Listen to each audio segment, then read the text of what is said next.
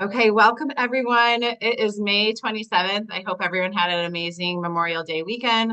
Um, Desiree and my name's Liz Goring, and this is Desiree Mamet, and we are just ecstatic to be collaborating and joining you guys today to share a little more awareness regarding Lyme disease and autoimmune.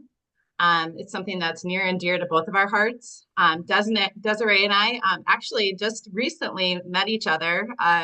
We both partnered with a company that has been really pivotal tool in helping us with our healing process. And so we, being like-minded and just hearing each other's stories, really felt this urge to be able to like come together and just create some more awareness and just what has really been pivotal in our own healing. Because if you're on here today, we know you've either been affected with Lyme yourself or someone you love has been.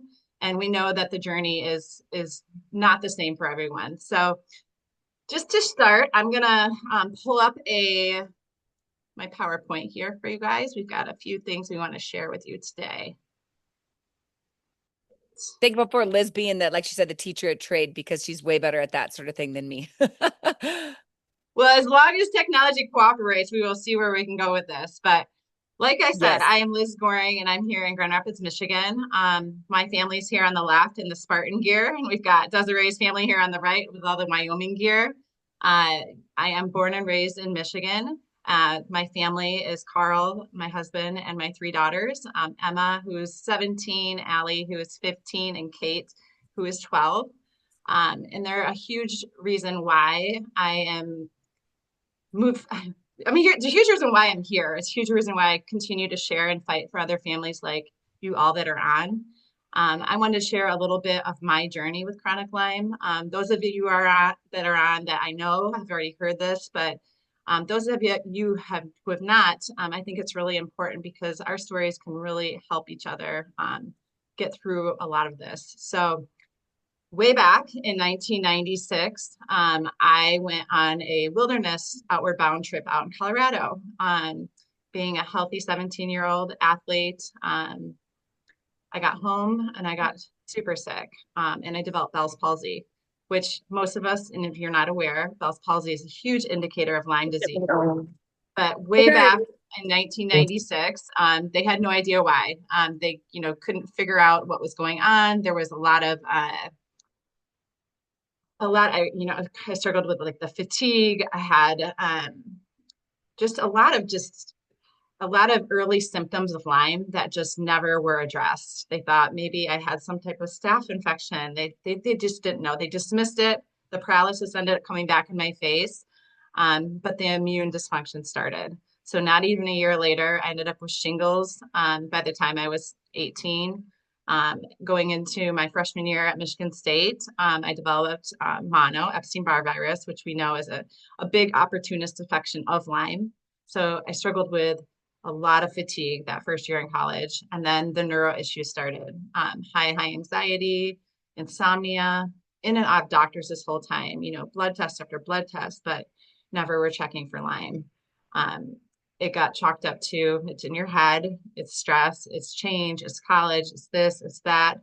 Um, and I trudged on. I unfortunately went through college feeling kind of like in a blur and disassociated with really what was going on. At that point in time, I was probably sleeping 3 to 4 hours a night. I met my husband my sophomore year, so he did see he was able to see my health start to go downhill, especially after college. I started having a lot of migratory pain in and out of doctors. They checked for every autoimmune disease. Couldn't figure it out. Again, they put me on this and that to mask the pain, to mask the symptoms. Um, and I lived like that. I lived like that for a very, very long time. Um, Fast forward in 2007, I had my first daughter, Emma. And just to have my daughter, Emma, was a challenge in itself. Hormonally speaking, this had wreaked havoc on my body. And since I was still going undiagnosed, we had no idea what was causing all these hormonal fluctuations. So I struggled with fertility with all three of my kids. Um, and when my daughter Emma was born, we started having health issues with her. So fast forward, two more kids still living and knowing that something was not right. Um, all three of my kids started having these really weird health issues. My oldest struggled with a lot of migraines. My middle, even though she was young, was not meeting developmental milestones. And being an educator and having my master's in child development, I just knew that there was something more than them just saying that she was, maybe a little behind in her development. And then my youngest had a lot of GI issues, um, really extended stomach. They couldn't explain why. We tried a bunch of different food stuff, like again, in and out of specialists throughout all that time with my kids. Had our house checked for black mold because we thought, how is this possible? Why is everyone sick? We had massive immune dysfunction. Um, there's so much that I'm leaving out in that 18 years of life. And honestly, it almost brings tears to my eyes when I go backwards in time. But just to know that you that are on here today have probably had similar experiences, maybe not as long. But I finally was connected to a couple holistic doctors. We had moved from Arizona to Michigan, back to California. I had a That's when I had a 4 month old, a 2 year old, and a 5 year old, and I was so sick, like so sick that I hardly could get out of bed. My mom actually moved out to California for a while just to help. I couldn't even get through my day without writing everything down. Neighbors, I couldn't even remember their name because the brain fog was so thick. It was really at a point of desperation. And, God was really working through the people at that time because these holistic doctors, homeopathic doctors that I met, um, they're the ones who really started truly getting to the root of what was going on. So they started uncovering some co-infections that I was dealing with and really thought, you're a full-blown Lyme patient. So had referred me to a Lyme literate doctor out in Irvine. And 2 tests later, plus a lot of clinical diagnosis, was diagnosed with Lyme. Got all three of my kids in, and all three of them via blood tested positive for Lyme. So I had transmitted Lyme through utero to all three of my kids. So it was really overwhelming, but to be honest, it brought me to my knees because it was a blessing because we finally had direction to go on. Within all that time, I became really educated in the health space. Like I said, I am not a doctor. I don't claim to be a doctor, but I have lived so much of my life just advocating for my own health. I actually became a personal trainer really early on just to learn the body because of all the pain that I was in. I was like, something has to be wrong with me. So if you're in the midst of that, if you're in the midst of like feeling like you have nowhere to go and that there is no answer, do not give up hope. There is an answer, and there's so many ways that we can uncover those things to truly get to what's going on. So that's kind of a snippet, and I felt like I even went longer than I because I really want Desiree to share a little bit of her journey. That's kind of up until our diagnosis, and there's so much we're going to dive into um, finally after getting a diagnosis and dealing with Lyme, and I had 6 co-infections: Mycoplasma, Bartonella, Babesia, uh, Ehrlichia, Rocky Mountain spotted fever, and I had underlying opportunist infections with like candida and mold and parasites and heavy metals. So there was a lot going on inside. So there's been a lot of stuff that I've done, and I'm just grateful now to be able to be on here today and sharing with you guys. No, I agree, Liz. And I think it's one of those things that, when you say you want to make it shorter, but the truth is, like, the story of Lyme is not short. There's not a short, nobody's journey with Lyme is this simple, like, 2 minute deal. And so, no, I think all of the details of your story are really important. And I think it's things, that we really want, like Liz said, just to educate people on the complexity of Lyme. But that I always say, like, my favorite word is hope. I want to be a hope giver.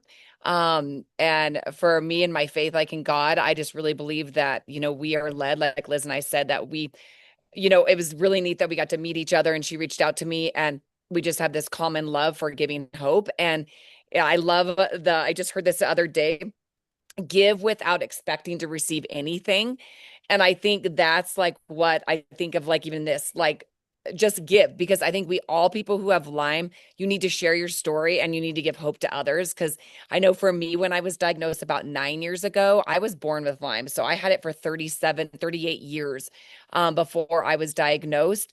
And so I would have given anything for someone to kind of give me a roadmap or to show me like what to do.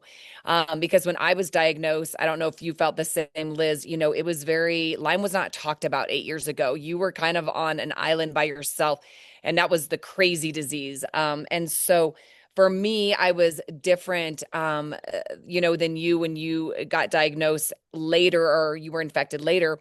My mom had Lyme. My middle sister had Lyme. I actually believe my oldest sister probably has Lyme too. But so I was born with it. And so my journey looked a little different. I think when you're born with it, your body, it's very autoimmune from the beginning. Your body's not really even recognizing it. So it's just kind of these gradual symptoms that I just kind of had my whole life. A lot of them were headaches, kind of that memory. I had a really bad, like, my sisters still tell me things about my childhood. I'm like, I don't even know what you're talking about. Um, and so a lot of memory stuff. Fatigue. Once I had Epstein-Barr as well, about 19, right before college, just like you. That hit me really hard. Gut issues my entire life. Allergies were one of my biggest things. Sinus infection after sinus infection. I'd be put on antibiotic after antibiotic. And for those of you who don't know a ton about like the sinuses are a sanctuary spot. So Lyme loves to hide in the sinuses. I even had a sinus surgery. I mean, I had so many different things done. But I would say those were kind of, or I was just always kind of sick. Like I would catch everything, like every cold. My throat hurt probably 3 weeks out of the month my entire life. Like it just always hurt. It didn't matter where I was at, what environment I was in, my throat just hurt. Sleep was another one. I just couldn't shut my brain down. I couldn't go to sleep. I couldn't stay asleep. Even at a young age, I was not a great sleeper. Um, and some of our Lyme patients, I think a lot of times when they're teens, they excessively sleep. That wasn't me. I just couldn't sleep. I, like Liz, had fertility with all of my kids. I have two biological and one adopted, but I was on fertility for both of them. I did have no periods when I was young. I think I was 15 with my Hey, can first, you and I give would me have my like two, maybe a year total. And so I kind of had the crazy, we do see a lot of hormonal things always with Lyme. So that was kind of my journey. I was always drawn, I think, to kind of holistic health. By the time I was in high school, I just felt better, maybe eating better, working out, whether it was yoga, walking, running. Like I just enjoyed kind of being healthier. I think I was just drawn to it. I knew my body couldn't do the things that other college kids could do, even though I thought I wanted to. It was just, and so for me, it was years and years and years of neck pain that really started really bad in my 20s. I ended up having a disc surgery. We do see a lot of neck pain as well with Lyme. So when I was diagnosed at 38, a lot of my symptoms got, well, the LifeVantage products that we will talk a little bit about, they kind of saved my life. I was introduced to them about 13 years ago. This is before I knew I had Lyme. And 2 years later, my son got diagnosed with AML leukemia. I do believe I passed down many infections that led to his cancer. He had high levels of Epstein-Barr in his bone marrow at the age of 7, which I thought was really interesting. He always had gut issues. They thought he was celiac. My oldest was born with Lyme. He had feet problems, kind of OCD, always a sore throat, would catch coughing all the time, would catch infections, just kind of he had the very dark circles under his eyes. That's a very common thing with the liver with Lyme. So he just had all the things as well. But when my middle son was diagnosed with cancer, I think that's when I spent 7 months in Children's Hospital. And during that time, I remember thinking, like, oh, is this like what RA? Like I felt arthritic. My headaches became out of control. My neck pain got out of control, but I just had to do it for 7 months. Um, and so it was a year to the day of his diagnosis that I was diagnosed with Lyme through blood work, sending it out through IGNX. And they actually confirmed my oldest son, we were the highest in the state that they had ever seen. So Obviously, we didn't get it from a tick, and we always talk about that as a misconception of Lyme. But I've done everything from I spent 3 weeks in Germany for treatment. That was when I hit really rock bottom, was about a year and a half after my son was diagnosed. My mom took me to Germany for treatment for 3 weeks. And that was when I was actually had 30 some co-infections between all, I had pretty much every infection you could have with Lyme, along with heavy metals. I had a ton of aluminum in my body, mold, and all these, like you said, candida, all the other herpes viruses, all the things. So that's kind of a short version of the Lyme journey. But yeah, so mine was kind of a 38 journey before I got to have a diagnosis. So that's a little Yeah, bit of a chill. Desiree, and you start saying stuff, and I'm like, oh, yep, yep, yep, because it is so hard to sum up half, well, for my stuff for your whole life, and for me, over half my life with dealing with this stuff. So, um, we talked a lot about our journeys and what's going on, and we know that Lyme mimics all autoimmune diseases. Throughout the years, I had diagnosis thrown on me with fibromyalgia, chronic fatigue syndrome. At one point in time, they thought I had MS because I was having such issues with the left side of my body. CAT scans, MRIs, you name it. I have definitely been on the other side of trying to figure out what's going on. And we know too that Lyme is found everywhere. It's in all 50 states, Canada, and every continent except Antarctica. So this is definitely something that if you're experiencing anxiety, depression, all these things, and you've been told that it is an anxiety disorder, it's like I'm not saying it is always Lyme, but it's definitely something I always tell people now to rule out. I didn't even tell you guys in the beginning. The past 2 years, I've gone back to school now and became a certified health coach and Lyme specialist because I truly in my heart feel like people need to understand there's so many things that can be underlying Lyme, and there's so many people walking around with all these different issues, and at least creating the awareness of making sure that it is not Lyme is, I think, a huge important factor. And I would add to that too, Liz.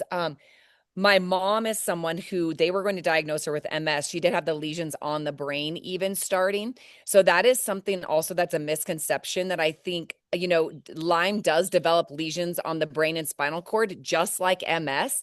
So I think a lot of times there is that misdiagnosis. Because they also can make that gray matter. And so she just didn't have kind of the exact symptoms of MS, but they literally kept telling her that it had to be MS, and then it was Lyme's. So, and we see that a lot. I've had kids that have come back with lesions on their brain as well from Lyme. So just an FYI on that. Yeah, yeah, and same as myself. When I had like the CAT scan, there was they didn't use gray matter, but they could see inflammation on the brain, but they didn't know where it was stemming from. And this is pre-diagnosis, and in my heart now, it's like I know it was definitely Lyme that was causing whatever. Well, there was a lot of inflammation going on, so definitely. So a little bit more just about understanding Lyme and autoimmune disease. So chronic Lyme is a long-term health condition. Typically, it's an acute case if it's caught within the first 6 weeks, and then it can become chronic, and it can create a cascade of things going on in your body. So autoimmune disease occurs when the body's immune system mistakenly attacks healthy cells. It definitely can happen if you're also dealing with Lyme disease. So these conditions affect various organs, systems within the body that can have an array of different symptoms that are coming across, like we just shared with you in our own journeys. So we know the symptoms of chronic Lyme and autoimmune disease can vary widely, just based off of our own two stories, from very mild to debilitating. Lyme is not discriminatory, but Lyme can affect people differently depending on the terrain of their body and where a person is at with their health. So we're really going to talk about, holistic ways of things you can do to help strengthen that terrain, and also things to make you maybe sure to check off in case you haven't done that already. So some of the other common symptoms, it includes fatigue, pain, inflammation, disruptions in the normal bodily functions. So the unpredictable nature of these diseases poses significant challenges for those affected, impacting their physical well-being, mental health, and overall quality of life. And the thing I would add to that too, Liz, I think is the thing that people when they get these misdiagnoses or they feel like it's in their head, like you said, or you feel crazy because there can be that just that pain can migrate. And so it could be like one day it's an elbow hurting or a neck or a knee, like wherever there could be potentially like even inflammation, it loves to go to weakness or inflammation. And so that really can change. And that's also what is so crazy, I think, about this, where that diagnosis where people do get a lot, like it's in your head type thing. Mhm. Yeah. Desiree, do you want to talk about some of the other symptoms of Lyme? Yeah. And I would say, for people who I did not experience a lot of like the flu like, because I was born with it, I think that more times when people are infected, and we've talked about this before, where it is not just ticks, it's anything that can pretty much bite, can carry these infections from spiders, ticks, fleas, mosquitoes, sexually transmitted, mom to baby. And so a lot of times when someone has been exposed, they can develop, and this is a pretty big sign of those flu like the fever or kind of getting those like intermittent fevers like for no reason, which is great. Your body is trying to fight it. I'm not a fan of using ibuprofen, Tylenol, things like that to get a fever down. I mean, God gave your body a fever for a reason. So there's a reason why sometimes people feel better after they've had a fever. Hence why I actually did hyperthermia when I was in Germany to heat my body to 108 degrees because Lyme can't live past about 107. It is more stealth than cancer. It is stronger than cancer. And so it loves to live in the cell. So that's why the gut is one of the things that we always kind of see, whether that's anxiety, depression from the gut, the gut brain barrier, a lot of leaky gut, a lot of intolerances to foods, a lot of celiac, a lot of all these different things, neurological, like Liz was saying, like it can be massive memory stuff. I mean, you see everything from um, like I've had people that are bipolar, schizophrenic, manic, all these different things, ADD, autistic. A lot of times I believe behind autism is a lot of infections and these same things. Heart, tons of stuff with the heart. My mom was one who always had a weird heart deal. They would hook her up to heart monitors. My husband works in the heart field. His doctors would hook him up. And they're like, we see nothing. You feel it or we'll see these things, but your heart looks great. It's just you're having these weird kind of like breathless type things, heart palpitations, tons of stuff with the heart. Arthritic, like we said, joint swelling, mitigate, like it could mitigate, like or migrate, excuse me, and like change. So a lot of those headaches, like you said, are a big one. I had a lot of headaches. Migraines are a very common one. Um, a lot of feet pain. We see that with one of Bartonella is one of the ones that's my son started developing feet pain at the age of 3, and they kept trying to put him in orthotics, thinking it was how quickly he was growing. So they tried everything, and until we got him treated for Lyme, his feet pain had never went away, no matter what we did. So a lot of times those mornings can be worse for pain as well for people. Anything you want to add to that, Liz? No, I think you covered it. Yeah, like Sore we throat. said, it's the great mimicker. So we already kind of shot that these are some of the things that it can mimic: chronic fatigue, MS, Parkinson's, ALS, brain tumors, psychosis, ADHD, fibromyalgia, and many, many more. So Yes. we know typically if you're diagnosed with Lyme, it typically does not travel alone. I like to call it the gang of three: Borrelia, Babesia, and Bartonella. Those are usually seen together as far as percentage wise goes.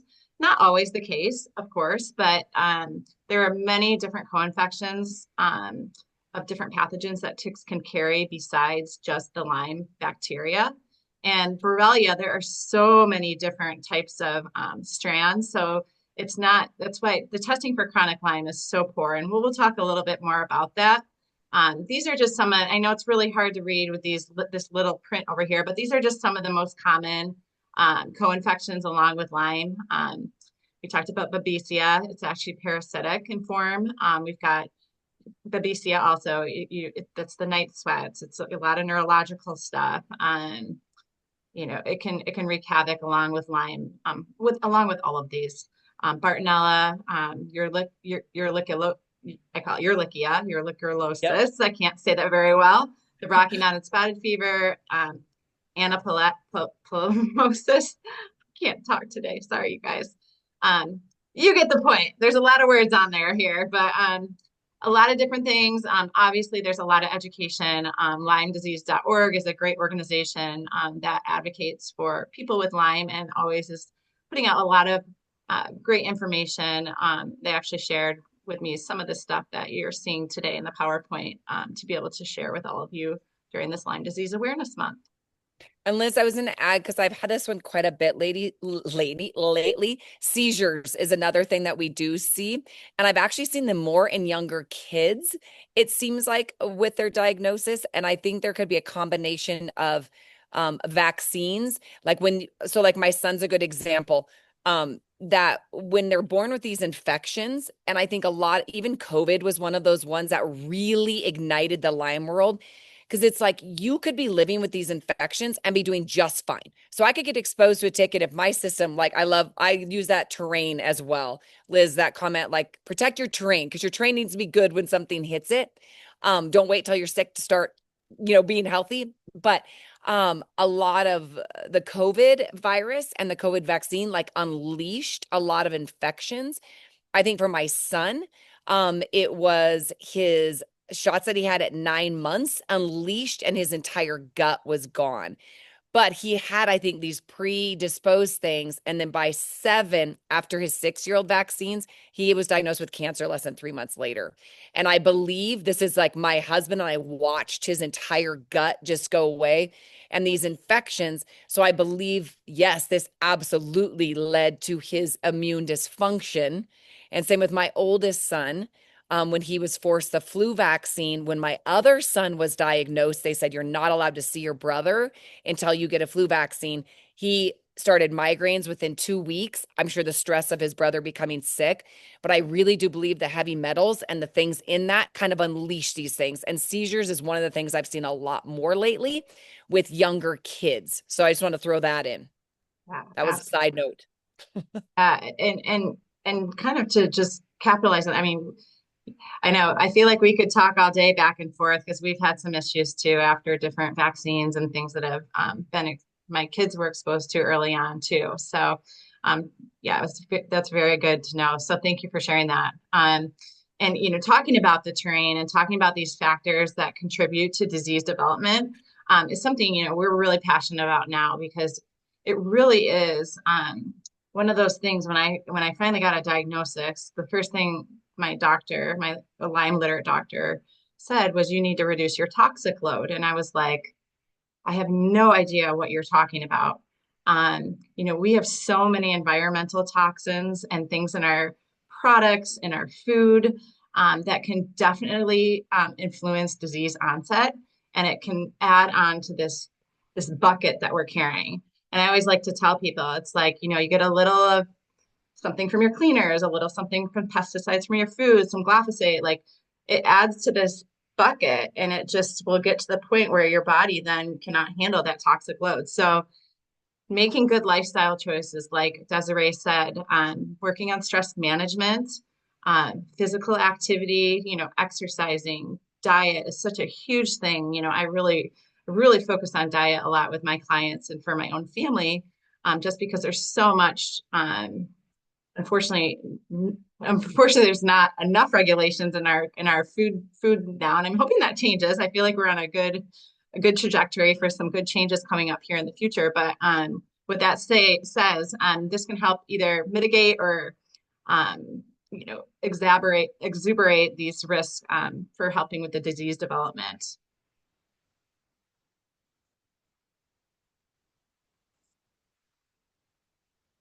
All right, so kind of moving forward from here, we are going to address some of the most common things that we have seen that really hold people back from healing.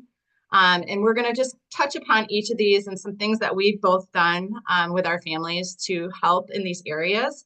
And it might be worth taking note because I know some people that deal with Lyme, chronic disease. Well, I know a lot of people that deal with Lyme and other complex multifacets of Lyme or autoimmune need to address these things. And I've been working on a program that I'm eventually going to launch. It's like a 6-month module that's really rooted in wellness, rooted in these things to help the body truly heal and get to a place that you are thriving and feeling optimal again in your health.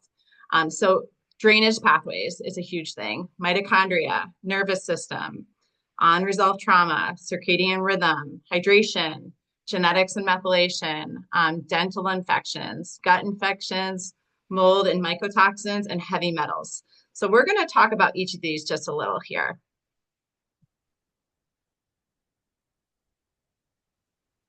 Desiree, you wanna start us off? Sure. One second. I need to move over. If you can see it, Liz, because I've got kind of the view here where I can't actually read all of that. So go Yes. for it on that. Start on that, and then Okay. I'll next I'll add in. I got you. You got the glare. I got you. So drainage pathways. When working with clients and working with people with Lyme, the two factors that I'm finding most common from that are holding people back from truly healing is that their drainage pathways are not open and the emotional component. So I think addressing drainage pathways is first and foremost the most important thing to do. Because if your drainage pathways aren't open and you're not able to detoxify, you're going to recirculate those toxins into your body. And it's just going to create more of a cascade of symptoms and feeling lousy and a lot, uh, a lot of frustration as well. So just opening and getting these drainage pathways to function. This is like your lymphatic system. Obviously, your major detoxifiers are your liver and your kidneys. So working on detoxification. Impaired drainage can lead to toxin buildup, like I said. It can affect your hormone imbalance, triggering autoimmune responses, like we said, and hindering the reversal of chronic illness by preventing the elimination of waste products and toxins. So a couple of ways that I daily work on my detox.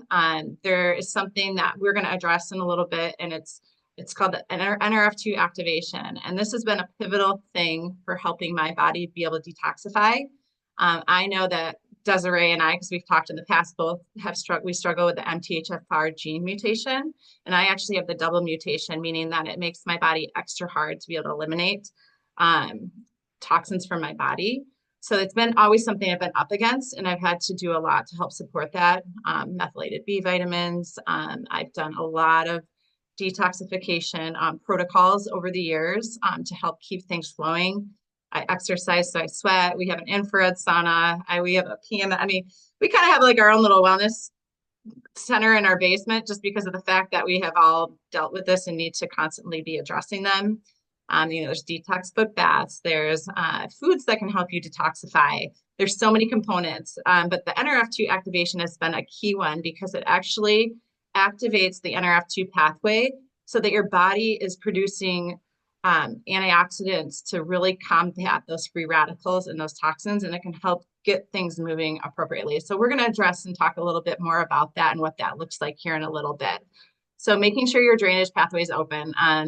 Actually, I was just talking to my dad about this today because he's having some issues with detoxing too. Is like if you have like a little rebounder or a vibration plate, those are simple ways too. Dry brushing. Things just keep popping into my mind here that I want to share. So any Even other tools that you Epsom can think, Desiree? all of those, I think like an inexpensive one, a lot of times people, it's like, oh, it's so much like, that can encompass Lyme and money and all of those things. And I, like you, my infrared is one of my favorite things. And I do have a foot detox bath, but I would say, just even Epsom salt baths, things that you can do on your own, get it nice and warm and sweat. Like you said, anything where you can sweat.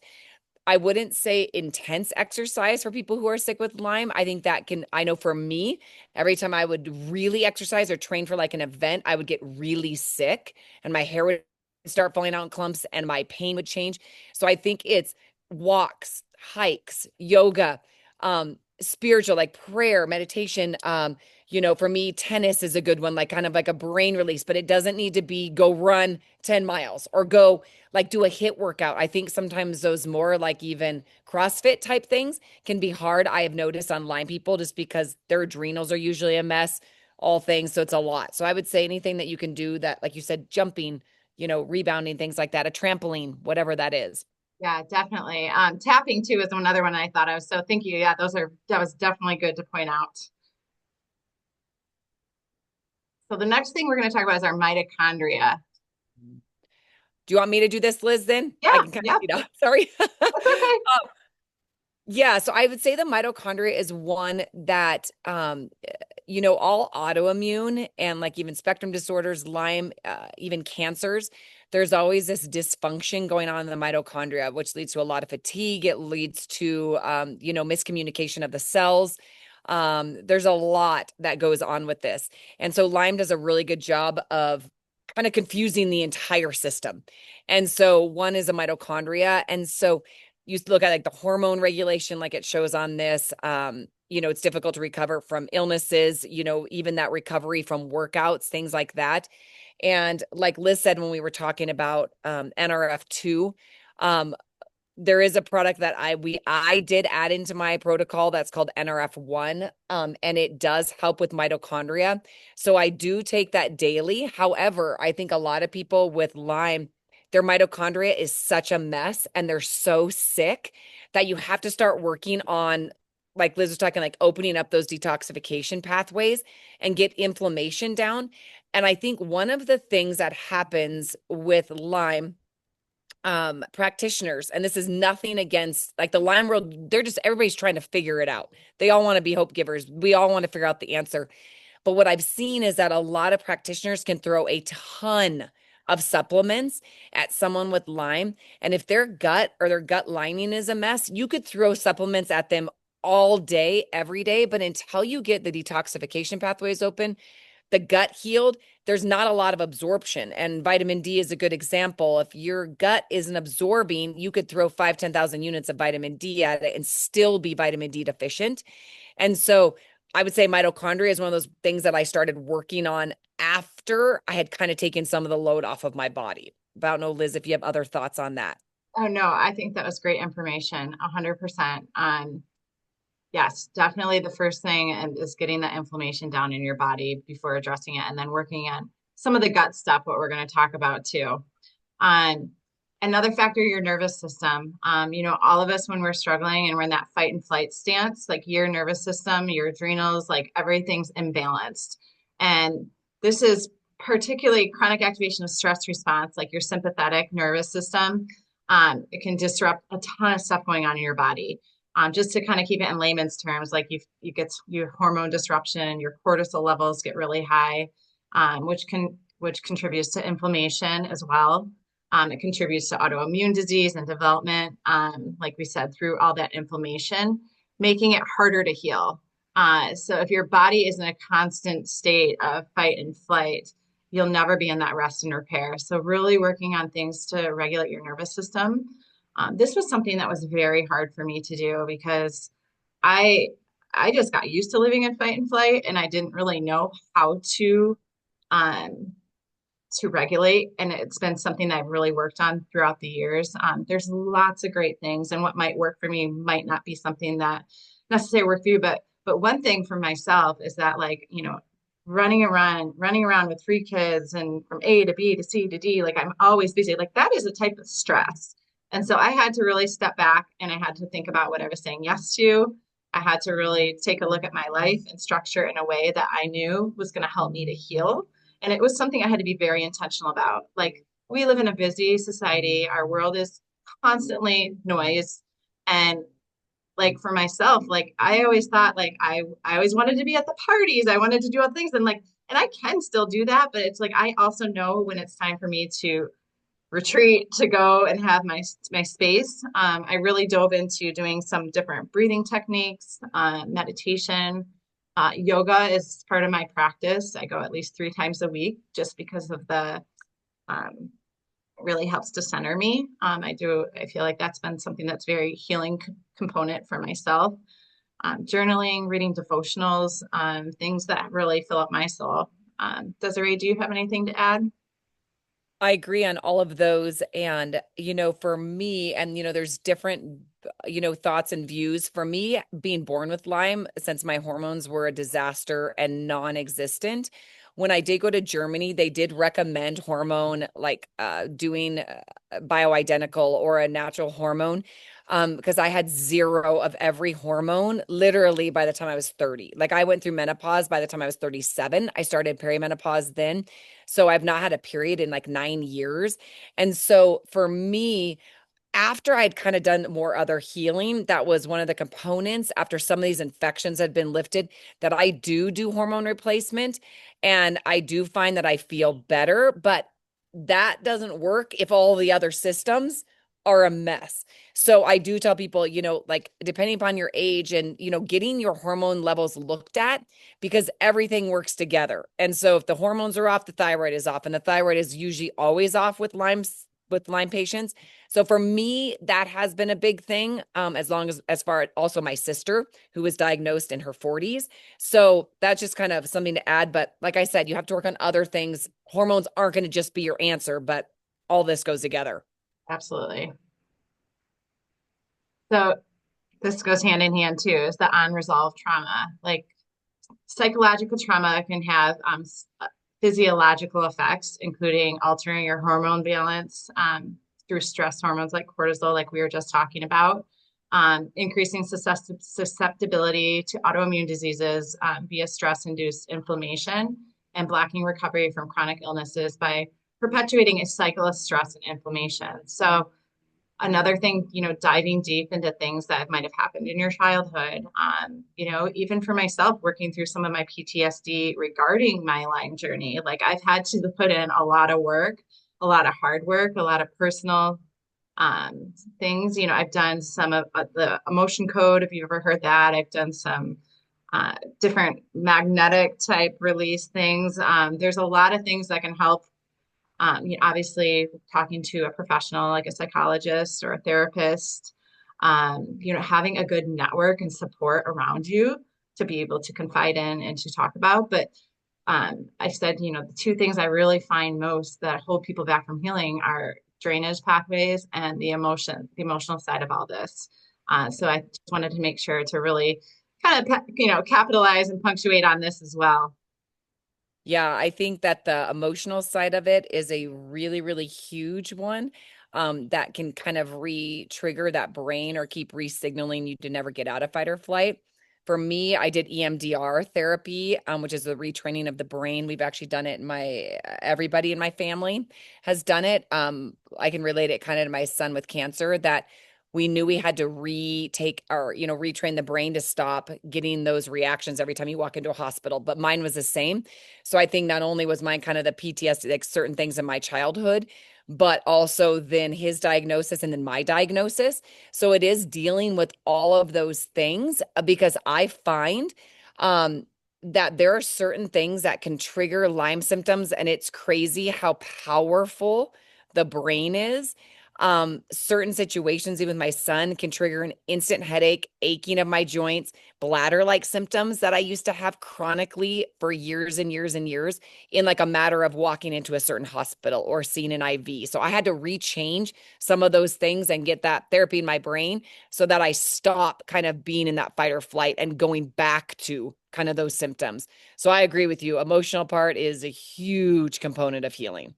Yeah, and sorry, I moved forward pretty quick on this side, Oh, but just to add in too, like my daughter, one of my daughters has done a lot of neurofeedback, which has been really, really helpful for helping with her with some of her things. And then something called Psych K that we have done. Our whole family's done the Psych K.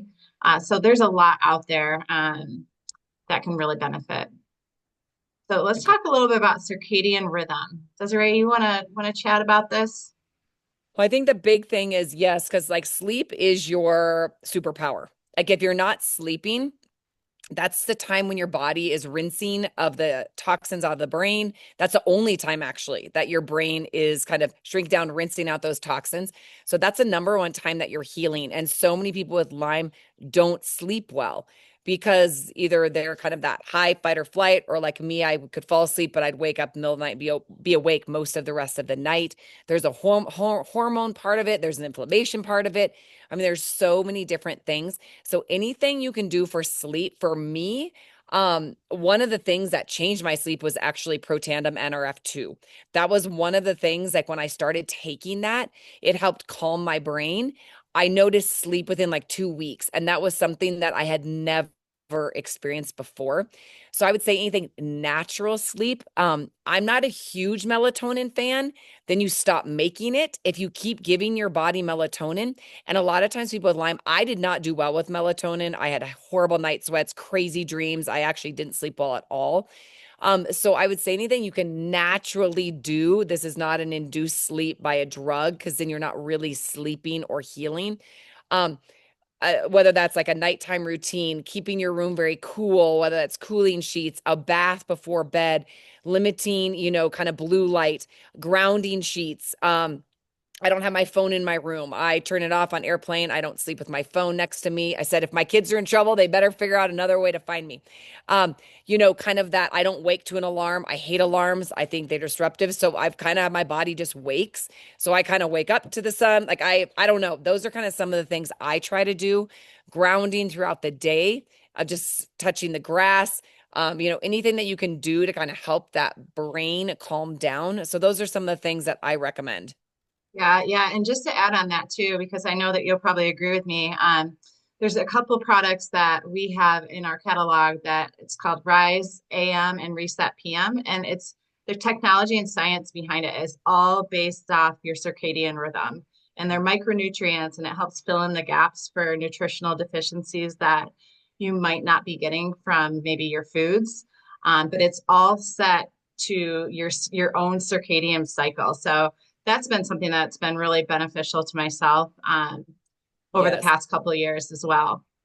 Yes, I agree that the reset PM has been really big for my staying asleep and if I wake, going back to sleep, which is a big one. So hydration, we know the importance. Drink your water, drink good quality water. If you haven't had your faucet water tested and you're drinking your faucet water, I highly encourage you to do that. One of the most unfortunate things, even if you have public water, is that there can be heavy metals and other things in your water that can be keeping you sick. So it's just really great for obviously cellular function, hormone transplant, detoxification, especially if you're going through a detoxification protocol. You want to make sure you're flushing that stuff out of your body, and good water is going to support that. It's also great for obviously helping with the resilience against these chronic invaders. And dehydration can definitely compromise all these areas, so leading to other complications. So, I always tell the people that I work with at least half your body weight in ounces per water per day. And like, I mean, this is like I'm always traveling with a couple hydrating things, but you know, I'm mindful of that. Track your water. It is one of those things that you can easily control, and you just need to make sure that you're very conscious of doing that. One of the things I like to do is hydrogen water, though. I do have a hydrogen water like machine.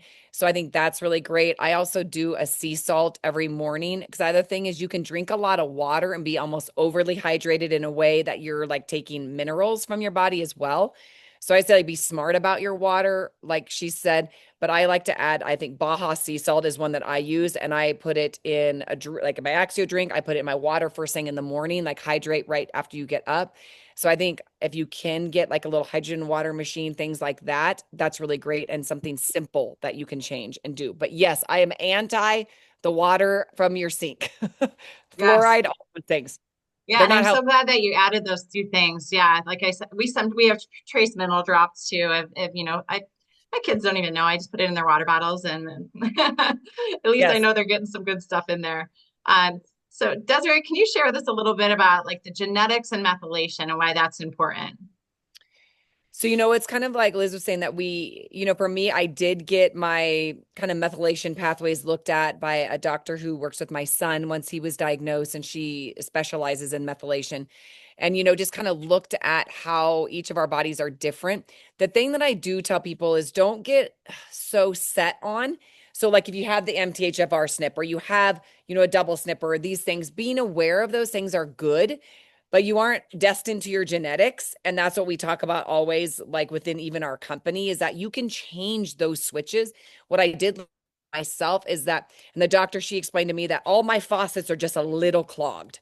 So it's not like everything's double like stopped. It's just I have really slow drainage in a lot of areas. So it's like, how can you support those systems? And for me, it's certain things that I take specific to me that I'm not a big fan of just go out and mass buy a bunch of products. And what maybe is works for Liz is maybe not what's great for my body. I do find like with the activation products that everybody can benefit from them because it's activating our own body's mechanism. But there are certain things that I get tested for, like even through muscle testing of things that my body can support my methylation or my processes that can help with like the hormones, um, inflammation, the repair, detoxification, all those things. And anything you want to add on that, Liz? Yeah, no, I think you hit the nail on the head for sure. But I would say don't be focused so much on like the negative of your genetics. Like I would say, look at like, okay, how can I support it? Yeah, and there's lots of things you can do too to, even I should go back because we're talking about genetics. But there's a lot of things you can do too to support the genes that you're born with. It doesn't mean if you are born with Alzheimer's gene, it doesn't mean that you're destined to get Alzheimer's. There's so much you can do to help tune genes away from disease. And that's a big part of what Desiree and I share and help people with too through these nutrigenomic products that can really are designed this NRF2 activator to tune genes away from disease. It's just as another one of an important things that we have found for ourselves on a daily basis to keep in our toolbox. So it's definitely good to focus on nutrigenomic type things as well. Yes. So dental infections, this is a huge thing. I actually had a lot of dental work done throughout my years, had all my amalgams taken out. Infections in the mouth can serve as a source of chronic inflammation, affecting systemic health, including hormonal imbalances. We keep talking about these hormonal imbalances. All this stuff can definitely pile on for all of that. Triggering can trigger these autoimmune conditions as well, obstructing recovery from chronic Lyme and all these issues that we've been talking about. So ongoing immune system activation. So we're talking cavitations, we're talking root canals, we're talking anything, any work that you have possibly done on your mouth could be an underlying issue because these bacteria, they like to hang out in these areas. They like to um, sit there and unfortunately just last October we had an experience where my 17-year-old had her wisdom teeth out, and I had consulted with a biologic dentist. We ended up going through an oral surgeon that we knew our past, knew our history, and it activated everything again in her system. So we were just coming off of a really hard winter of reactivated Lyme and Epstein-Barr virus and some other issues, and really working now, and we feel like we've gotten the bad bugs out, like building up her immune system, but it was all triggered from her surgery. So it's something we just like to point out and just remind you that your teeth are really important. And I would add, so I do work with, and I say work with, I don't get paid to work with. I just refer people to a biological dentist here in Wyoming. He has a practice in South Dakota. I've learned a ton. I've actually given out his book, and he hasn't, I should have grabbed it, but he wrote a book and it literally talks about how your mouth will keep you sick. You will never get healthy with a root canal, like fully healthy. Like over what 90 some percent of your immune system is trying to get to that root canal. No matter what your dentist is telling you, there is no healthy, safe root canal. There just isn't one. Because your body is a dead organ. They're sealing it off, and your body is trying to get there. So if you have, or like my husband has had all of his amalgam fillings taken out. I luckily have never had a cavity or anything done. That was a one thing I guess I didn't have. But even like my mom with having had breast cancer and Lyme disease, we got her root canals taken out. Your dental is huge, huge, huge, huge. So if you're someone that has Lyme or autoimmune, simply maybe taking out that tooth, the things I have seen from people who have gone and gotten these things done properly. That's the thing, is it has to be done by the right dentist. It can't be your traditional dentist who even says that they're qualified in it, because if you take that out and that infection is still seeping into your system and you're not detoxifying properly or doing the things that you need to do, it can continue to wreak havoc on your system. So I'm super passionate about this part of the health part for sure. Absolutely. Um, Yeah, so we know we're creeping up here on the hour, so we are Yes. going to get through the next few things. We're close to the end here, you guys. But we're so glad that you hung on and stuck with us. We hope we're providing some value to you and some just things to consider and keep in mind if you're through the in the thick of it right now or struggling.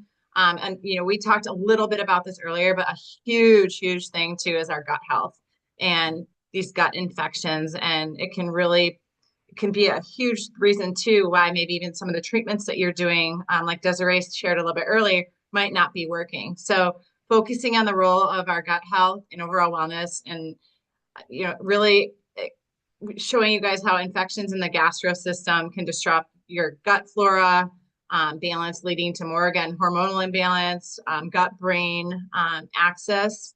Gut brain is huge, you guys. We started as a cell, and that cell divided into your gut and your brain. Like, it is interconnected. So really working on supporting that GI system is crucial. If you do have a bad gut and you have things going on, which a lot of population unfortunately has a lot of gut issues going on, it can increase your autoimmunity risk, leaky gut syndrome, and challenges overcoming chronic Lyme and other issues or autoimmune that you might be dealing with. Also can impair your nutrient absorption and create systemic inflammation. One thing I always ask people that are seeking health is like, how's your gut health? Like, how are you? We talk a lot about pooping. Like, how is your bowel movements? How is your digestion? How is your, um, you know, all of it. So it's just one of those things. Keep into consideration if you're taking digestive enzymes, the right prebiotic, probiotic. There's even postbiotics. I know that Desiree and I both are strong believers in healing the gut so that you can heal the systems and the rest of the body as well. You want to Yes. add anything to that? No, that's the biggest thing is that gut lining and healing that gut so you can heal the brain, the rest of the body. Allergies even come from that. Once I healed my gut, my allergies completely changed, all of those things. And real quick, it looks like to go back really quick on the mouth, it was Tom and Wendy Hogan had the question of, because I thought this was correlating to what we were talking about. What should you put in place of a root canal and having two crowns that are breaking? So that's where having the appropriate dentist, a biological dentist that can go in, and instead of that root canal, they go in and they do allow the bone to heal for about 6 months, and they can place a tooth, but it's a zirconium implant versus what is normally put in there. They use ozone gas. They do all kinds of things to clean out. You've got to clean out that infection. So they have ways of doing it. And that's where it's really important. And I hate that biological dentistry, just like everything else in Lyme, is not covered by insurance. Because the Western world doesn't necessarily want a cure for Lyme because they get a lot of money off of all of these different things going on. So just like biological dentistry, that's the other thing is it is an expense, but I tell people it's probably one of the most important expenses you can do is to keep your mouth healthy. And my husband, who works in the cardiology field, he'll say the exact same thing for heart disease. So, Yeah. And I will yep. never make that mistake again after my daughter's wisdom teeth extraction. It was honestly, the cost was the only reason we didn't go with the biologic dentist. And like I said, lesson learned. It's a lot. It's hard. And it's like, don't beat yourselves up over anything. It's like Yes, we move totally. forward and take just these little things and implement little things here and there each day. Yes, absolutely. So again, mold and mycotoxins, exposure to mold and its toxins can lead to a wide array of health issues, including, again, hormonal imbalances. It can just, wreak havoc on your systems. I know that people on here specifically right now are dealing with a lot of underlying mold. And I know that's something that can be really hard to get rid of. So it's just if you haven't been checked for mold, if you're not quite sure, like if you're still having issues, even though you've been treating the Lyme, definitely I would highly suggest getting tested, getting your house tested, because I know that's something that has been one of those things that we've had to really focus on in our own household as well. Mhm.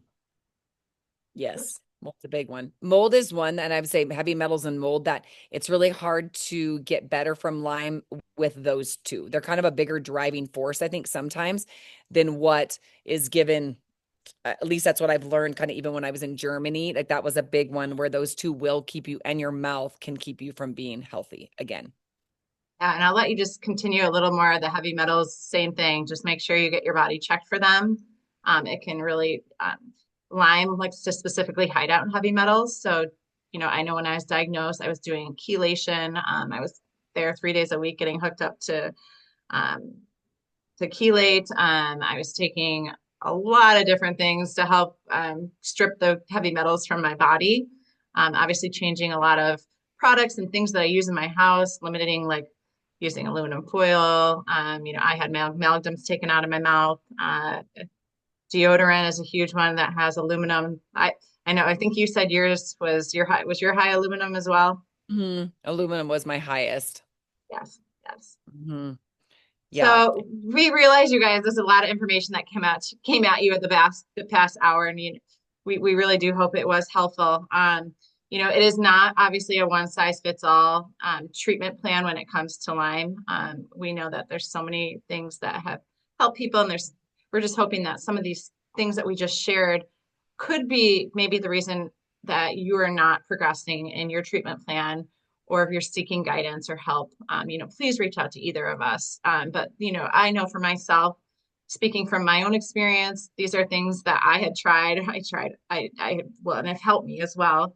The herbals I did at the start with a Lyme literate doctor do a antibiotic bomb that, in hindsight, for myself, I wish that we wouldn't have done. I started having a lot of GI issues from long-term antibiotic use. But with that said, I think it might have done its thing for some of it. Antimicrobials, obviously, you want to be taking a high, good quality probiotics. We talked about that gut health, and especially if you are doing antibiotic therapy, it's crucial that you focus on the gut. Anti-inflammatory type stuff. We talked a little bit about NRF2 activation. This can help with the inflammation to naturally reduce it up to 40% in 30 days and up to 70% in 3 months. Immune boosting therapies. I know that there's lots of things out there that help support our immune system. You want to make sure that you're addressing the biofilms with Lyme. It's a tricky bacteria that likes to create a biofilm to protect itself. So I know if you're working with a Lyme literate professional, that they will make sure they're addressing those biofilms. Uh, Diet changes. Highly, highly encourage you guys to eat anti-inflammatory.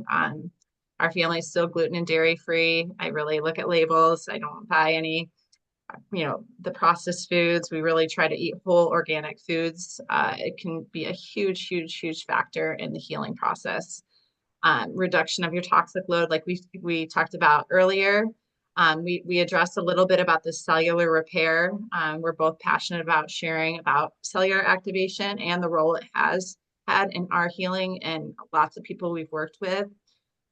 Infrared saunas, pain management, IV therapies, glutathione, all the things. Yes, it can be a lot. Yes. And I don't know if you want to do you want to talk a little bit about this stuff, or I know I just want to respect everyone's time here. Yes. And I think like the biggest thing is that, I do always get like, what things can you do like to start even, and what things have been like pivotal in healing. And I do really believe, especially for someone who like me, who had been sick for so many years, when I started taking some of these activation products through LifeVantage, that's how I was introduced to it. It really did change my life. And I really believe that without these products, I wouldn't have made it through 7 months of living in a hospital with my son without my entire body plummeting. Like the fact that I didn't catch a cold in those 7 months when I lived in a hospital, but I was sick, but I wasn't like sick to where they wouldn't let me in the hospital type thing. And so I really believe that this Nerf 2 Pro Tandem product, it's so different. And that's why I tell people you can get a ton of supplements and things, but if you're activating your body to do the healing with what God already put in there, it's a lot more powerful. And so it's activating your own antioxidants, your own anti-inflammatory, your own glutathione, which, I know in Germany, they gave us glutathione IVs all the time. Like every day we had a glutathione IV trying to help our detoxification pathways. And so my thing is, if you can make your body do the work, it's much better than just supplementing it. And so I do know for me, Protandem has been a life altering product for me.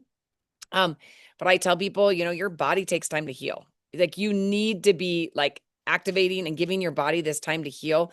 Everything with Lyme is a marathon. It is not a sprint.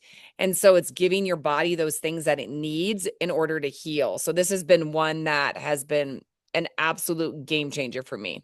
Anything you want to add on to that, Liz? Yeah, it just to talk, I just shared real quick the slide about the glutathione. The NRF2 does activate your own glutathione production up to 300% within 3 months. So you're naturally fighting off more of the inflammation in your body, which is huge and it's so powerful. Another thing that has really helped with my own healing journey is the Vitality Stack. And the Vitality Stack has that NRF2 activator. It has an NRF1 activators. That's what addresses your mitochondria. So we talked about your mitochondria health. So this activates the NRF1 pathway, which addresses the cellular energy. So focusing on the cellular energy, and then this has the probiotic, which is your gut health. The great thing about this probiotic too is that it has different technologies, something called BioTrack that actually deposits itself in the right places in your GI system. So it's doing the job it's meant to do. It also really has a protective coating around it, so it helps get to the gut lining to actually heal. It gets through that stomach acid. I really do like our probiotic a lot. And then the R megas, they're really well sourced, clean. It helps with the brain and heart health. So just things that I've done with activation and with these products specifically. This has been like a huge game changer for helping heal the body. Like I said, I did my protocol, I killed the infection, I did all the things that we were talking about, and this is really helping to restore the systems. Yes, for sure. And then just another additive to like fighting the inflammation. This activated collagen is something that we launched a couple of years ago, and it actually activates your own collagen production. So the difference between the science behind our products and other than supplementation, it is activating your own God-given pathways. So this is activating your own collagen production. It's replenishing, it's maintaining it.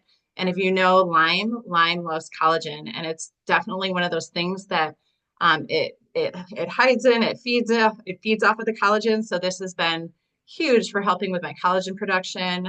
It's got 10 different peptides in it, so it's systemically helping with your gut, your brain, your joints, your connective tissues, all the different things. Yes, And the the gut synergy, lining, which yeah, is the a gut, huge one, the gut yes, lining.